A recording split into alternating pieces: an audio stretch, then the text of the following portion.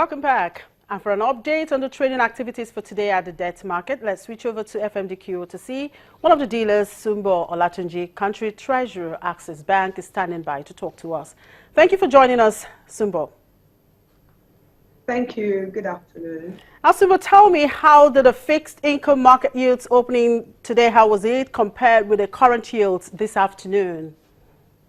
Well, for the bonds market, it was pretty flat. We had less than 1 billion worth of trades done, and securities closed at the same levels at which they opened. However, the bonds for the treasury bills market, due to the OMO auction which happened yesterday, where we saw an increase in yields, we saw some more demand around the short to medium term securities, with yields going down between 30 to 35 basis points, especially around the March maturities. Now, what did dealers observe in the market today? Well, activity was centered around the short to medium term end, while the long end of the curve was just starting. Do we see persisting, or is this a one-off occurrence? We see a persistence in a continued increase in yields due to the fact that we have a PME auction tomorrow, and then we still have a bond auction later on in the month. So we still see yields going up. All right. So, but are there any other factors affecting the market today? None apart from the same market conditions, which enter around some uncertainty around the market. Okay. Could you give us a short-term outlook of the market? We still expect there to be an increase in yields due to the fact that market liquidity is quite thin. We started having OMO auctions and the current FX provisions which happen regularly. So we expect yields to continue to go up. All right. Thanks for talking to us, Sumbo. Thank you. Sumbo Olatunji, Country Treasurer, Access Bank, one of the dealers at the FMDQ OTC market. Now, in South Africa, women in Cape Town's township are turning to micro-farming to break cycle of poverty. Mama Christina Kaba, as popularly called, is helping women in low-income communities in Cape Town to take charge of their lives and households through micro-farming. Mama Kaba is the operations manager of Abalimi Bezekaya, an organization that teaches its members to rely more on crops and vegetables they have cultivated in small gardens in their homes and communities. Christine Kaba pushes a wheelbarrow around a vegetable garden. Today, she is harvesting the newest crop of green peppers.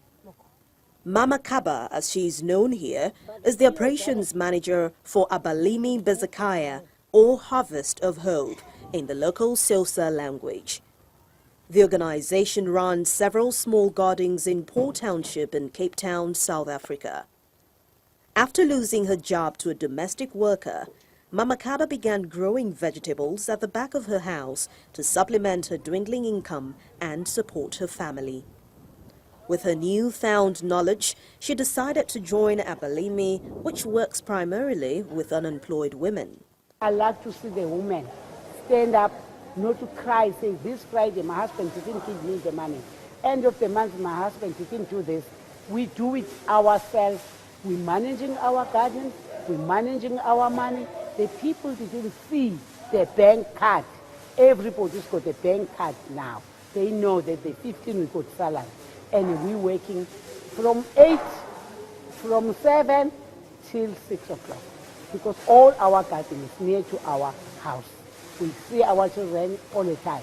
The Abalimi project was started in 1982 by a group of volunteers during the apartheid era to help poor people in the townships of the Western Cape province grow and farm their own crops as a means of survival.